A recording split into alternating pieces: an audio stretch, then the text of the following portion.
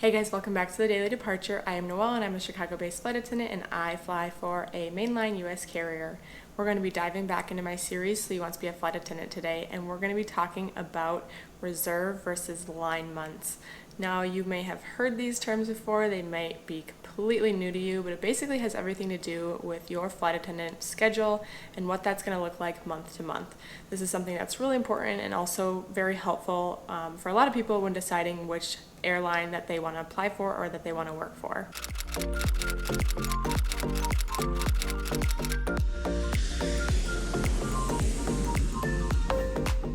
So we're just going to start out with some definitions. I'm going to tell you what each thing is, and then I'm going to explain it a little bit more in depth. And I'm also going to explain what line versus reserve looks like at a couple different airlines. I would describe a line month as a month of flying where you already know what trips you're going to be flying ahead of time, and you know what days you're on, you know what days you're off, you know exactly where your layovers are, and you know exactly what your trip routes look like. Typically this looks like 15 days on and 16 days off with flexibility to pick up or drop the amount of days that you're flying. Now, reserve is a month that you are on call for the airline and you basically get your schedule ahead of time and you know which days you have on and which days you have off. You don't know where you're going to be flying, you don't know what types of routes you're going to be flying. You kind of get those either the day before or the day of. So there's a lot less flexibility. And typically what that looks like is 18 days on and 12 days off. So straight out the gate, you can kind of see that there's a little bit less flexibility because your initial schedule has more days on in a reserve month than in a line month. Before I get started, this is a lot more with my experience in my airline. These things can look different at other airlines, but this is just going to give you a general idea of what a line month can look like. For example, this month I am currently on a line.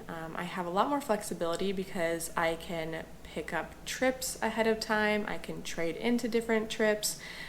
I already basically know what I'm going to be flying at the moment. Also, when I get my line month, if I don't like trips that I have on my schedule, I put in a lot of work to trade them around. Typically for the past 4 years on my line months, I rarely actually fly the trips that are initially assigned to me because I work really hard to trade them around. This past August and this past April were the first times I actually flew everything that was on my line because I've gotten a little bit more seniority in the company. I've learned to bid a little bit better. So I'm actually getting trips that I really like. But in addition to those trips that I'm flying that were already on my line, I was also picking up other trips.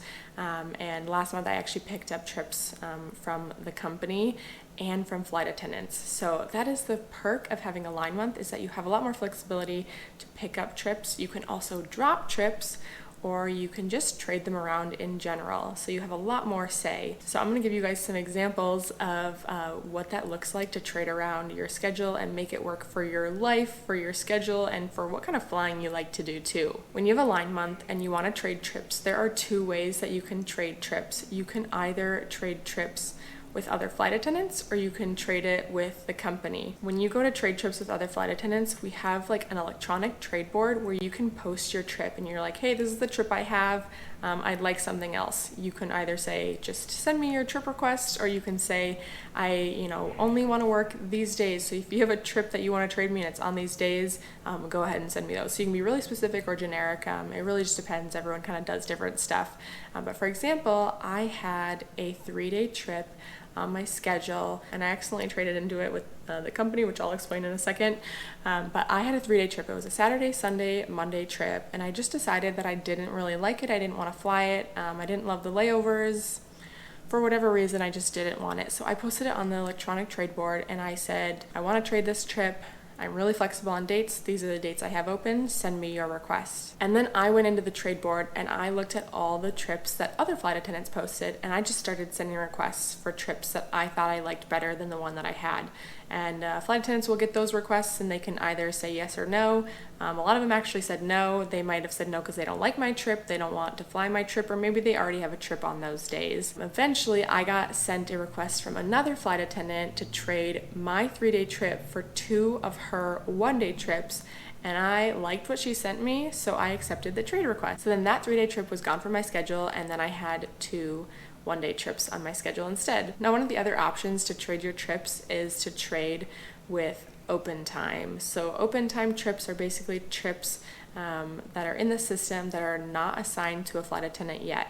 Eventually those will either get picked up by another flight attendant or they'll get assigned to a reserve, but while they're open, you have the option to trade into them.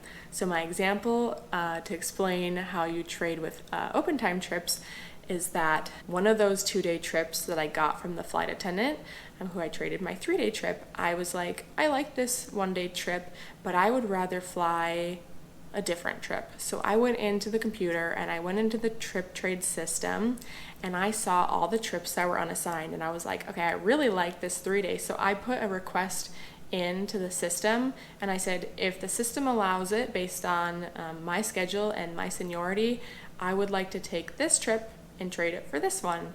And the system ran at night and I got my little text alert that my trip traded. So now the trip that I'm flying tomorrow is a 3-day trip and it is one that was originally a 1-day trip. So I just kind of swapped around trips. So now that turn is probably sitting there in open time and it's an unassigned trip. Potentially even another flight attendant took their trip and traded it for my turn. So that's just probably really confusing. It probably doesn't make a lot of sense, but just an example of how you can flex the trips that you have on your schedule and get something totally different. So when you have a line month, the month prior, you bid for your trips. So basically my schedule for September, I got it in the middle/end of August. So the middle of August, I went into our system and I requested all these trips and then they gave me, based on my seniority, different trips. Side note, my company uses a bidding system called PBS. PBS absolutely rocks. It is literally the best ever. When I started flying, we actually didn't have PBS for all of our flight attendants. So I did not use PBS until like 2 years ago. But let me tell you, I love it so much better than our old bidding system. PBS, you just have a lot more say in what you can do. So every company is a little bit different. Not all companies have PBS. A lot of companies have bidding systems like we had prior. Let me tell you the difference of the two really quick. So when I first started flying, you would bid for line months that were like already set up. Like it was already set that you had these trips on these days, these were your routes. Like you had to bid for the whole line. You couldn't just bid for parts of it, which kind of sucked because you might be like, oh, I really like 2 of these trips on the line, but I hate the other 3. Or you're like, I really like all these trips actually, but it has none of the days off that I need. Well, you kind of got to bid for it, or you might even just get awarded that trip because you're so junior. There was a lot less flexibility in that, minus the fact that you could trade around. With PBS though, I basically go into the system and I say, starting off, I'm like, okay, these are the days that I want off. Like, please don't put any flying on my schedule for these days. And then I go in and I say, okay, this trip looks really great. I would love to fly this specific trip. And so I request it. And then I can also go in and say, I really just want to fly like a 2-day trip. And I want a layover of 14 hours. Like, I don't want anything less than 14 hours. So you just tell the system that, and then it runs everything, and based on your seniority, you get assigned these trips. So just a lot more flexibility with PBS. And then obviously too, seniority factors in. So the more senior you are, the more say you get, because you get a choice over a person that's junior to you. So one of the perks of having a line month is that along with the flexibility, you get to fly as little as you want or as much as you want. So specifically with my airline, as little as you want. There are some restrictions on it. You have to fly a minimum of 40 hours each month. But then on the opposite side of that, when you have a line month, you can fly like as many hours as you can fit into your schedule. You always have like FAA and company contract legalities that you have to fit in to your schedule. So that kind of factors in. But if you can really work your schedule, like you can fly a lot. A lot of airlines, typically people fly around like maybe 70 to 90 hours. On the higher side of that would be like 120 hours, maybe like 140 hours. Some people can finesse even like 160 hours. You'd be surprised what people can make work on their schedule. So yeah, if you want to fly a lot and make really good money, you have the ability to do that on your line month. Last month, I think I flew about 105 hours. The month prior, I flew 120 hours. You definitely get a lot more exhausted when you're flying that much, especially if you're going out and doing a lot of things on your layovers. But it can also be worth it because you might be having really great layovers, or you might just want to do it for financial reasons. And specific to my schedule, like last month, because I know people always want to know, like, they don't care about how many hours you fly because it's kind of irrelevant when you're not familiar with the schedule. But days on versus days off. Last month, I flew 17 days. Originally, my schedule had 13 days on, but I picked up trips, so I ended up flying 17 days, and then I had 2 days of training. So basically, I had like 19 days worth of work where I had to be there. Or be in training last month, but everything else was an off day. And like I said, I originally had 13 days on my schedule worth of flying plus the 2 days of training. So if I wouldn't have picked up 4 days of flying, I would have just worked 15 days and had the other 16 off. Also, I forgot to mention this earlier, but the way you can have less flying on your schedule is to drop trips. So that same electronic trade board that I was talking about with trading trips, you can also use the trade board to drop trips. So you just post your trip there. Flight attendants can grab the trip from your schedule if they'd like, and it's the same for picking up trips. If you want to add flying to your schedule and you don't want to pick it up from the company, you can take it from other flight attendants who posted it on the trade board. So that is the information I have on line months. If you guys have any more questions, in case I didn't explain anything or you were confused by anything, because I know it's really confusing. It's going to make more sense once you're actually flying, but feel free to comment them down below or even DM me on Instagram. Like I always say, the flight attendant life and schedule makes 0 sense until you're actually in it. Trust me, I did all the research I could and I still didn't understand it until I started flying. But with that being said, let's get into reserve. So yeah, reserve is super interesting. It actually looks different for a lot of companies. So when I'm on reserve, I am on call 18 days of the month. Also, when I started flying, my reserve looked so much different than it does now because we switched to PBS. So initially when I started flying and I was on reserve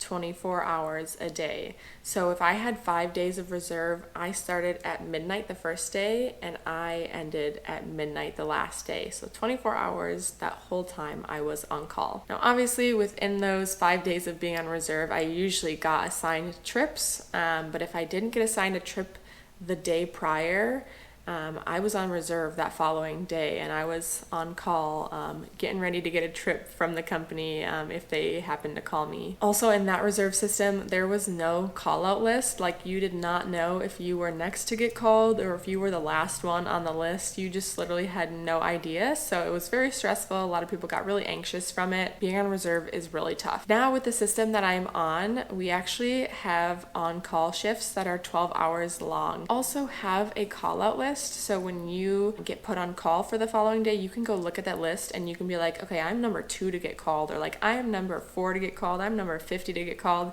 You kind of have some sort of idea when you might get called, and you can look at it also throughout the day to get updates, because you might be number 50 to get called, but you might wake up in the morning and be like, I am now the next to get called. So it's a lot more peace of mind with that and knowing if you're going to get called or not. The day before you go on call, there's 3 things you can either get. You can get a trip, you can get an on-call period, or you can get a standby shift. The day before, if you get a trip, then you know where you're going the next day.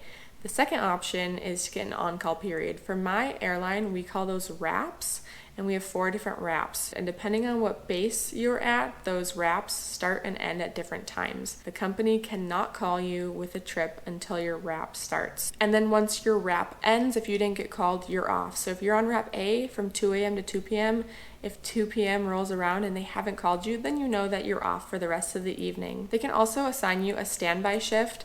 Now for my specific airline, because we all kind of use similar terms, but it means different things at different airlines. A standby shift for my airline means that you have to go to the airport and sit there for 6 hours. And basically standby is used to assign flight attendants really last minute trips. It's for whatever reason, maybe weather, delayed flight attendants, maybe a flight attendant just ended up calling in last minute, or they might even need you to go to that plane to pre-board because a flight attendant is just running late. Other terms that some airlines use is also like ready reserve. I feel like we used to call wraps ready reserve shifts. I'm not really sure. It's been a while, but some airlines also call standby shifts ready reserve because you're at the airport and you're ready to go. Now, one of the perks of my current reserve system is that you get a little bit of say in what trips you might fly on reserve too. So my old system, like they assigned you whatever they assigned you. You might have seen in open time a trip that was unassigned that you really wanted, but you didn't really have a say in if you could have it or not. Now with my reserve system with PBS, you can actually go in ahead of time and see what's open and request trips. If you have the seniority to hold it, you might be able to fly that. Now, one of my most frequently asked questions when it comes to a reserve is how much time do you have to get to the airport? Now this could look different for some different airlines, but for my airline, you either have 2 hours to get to the airport or 3 hours to get to the airport. Typically, you just have 2 hours, but if you're based in one of our bases that is a 3 airport base, then you have 3 hours. And that would be LA because they have LAX, Orange County, Santa Ana, and Ontario as their base, and then same with San Francisco. I believe it's Sacramento, San Jose, and San Francisco. So those bases get 3 hours, as well as Miami because it's West Palm, Fort Lauderdale, and Miami as well. So if they get 3 hours, everyone else gets, actually New York as well because they have Newark, LaGuardia, and JFK. So those 4 bases in my airline system get 3 hours. Everyone else gets 2 hours. So me in Chicago, I get 2 hours. But side note, it's not always 2 hours. 2 hours is just the minimum. Sometimes they'll call you at like 10 a.m. for like a 6 p.m. sign and you're like, okay, cool, thanks for the heads up. Now let's talk about how airlines use reserve and line month schedules. Common terms you might hear are straight reserve or reserve rotations. At some airlines, you will serve straight reserve. That means when you get hired, every single month you're going to be on reserve until your seniority reaches a point in which you can hold a line. This looks different for different airlines. It might depend on, how many people are getting hired, how many people are quitting, how there is like a fluctuation in the amount of flying that they're doing at that time of year. There's actually a lot of airlines that do straight reserve. Honestly, I feel like most airlines do straight reserve.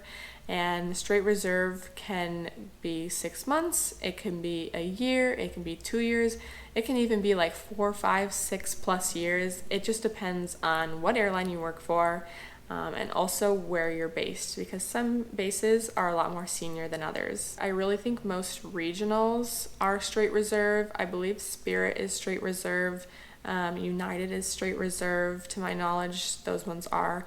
There might be some others that are also straight reserve, but I will tell you that American and Delta are not straight reserve, partially, and I will explain that in a second. Straight reserve is kind of terrible because obviously you have like the stress and anxiety of being on call. Financially, it's a lot harder to make a lot of money because you have a lot more limitations on trips that you can pick up and work outside of your on-call days. But once you get past straight reserve, then you're good to fly lines pretty much every single month. Now, American Airlines is one of the airlines that has a very unique reserve system.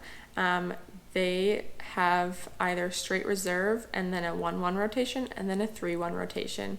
So currently, this just switched a couple of years ago, but currently if you get hired at American, your first year is going to be straight reserve.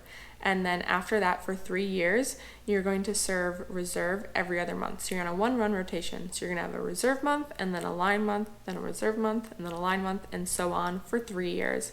After the 3-year mark of the 1-1 rotation, so that's going to be 4 years of flying, you're going to go on the 3-1 rotation. This means that you're going to have 3 months of a line and then 1 month of reserve. But eventually, if you have enough seniority, you won't be on reserve any longer, or depending on maybe, again, what the counts are like, you might get pulled onto reserve like 1 month out of the year. So that is kind of one of the downsides of there being a rotation instead of like straight reserve to straight line months.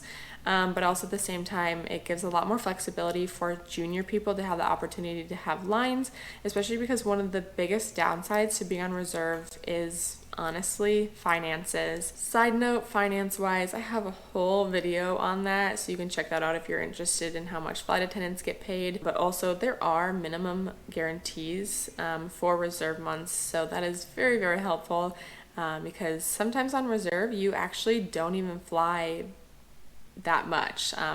I know like 2 years ago on reserve, I would sometimes only fly like 40 hours a month, but I still at least got paid 75, which is really nice. But now Reserve isn't really like that because we're so short staffed. But that's its whole other subject. Like I said, every airline kind of has its own system. And I actually forgot to mention, Delta is one of the airlines that has a very unique reserve system actually. When you're starting out, you start with a line month, but they have reserve days that they call A days, and I think there's 6 days a month.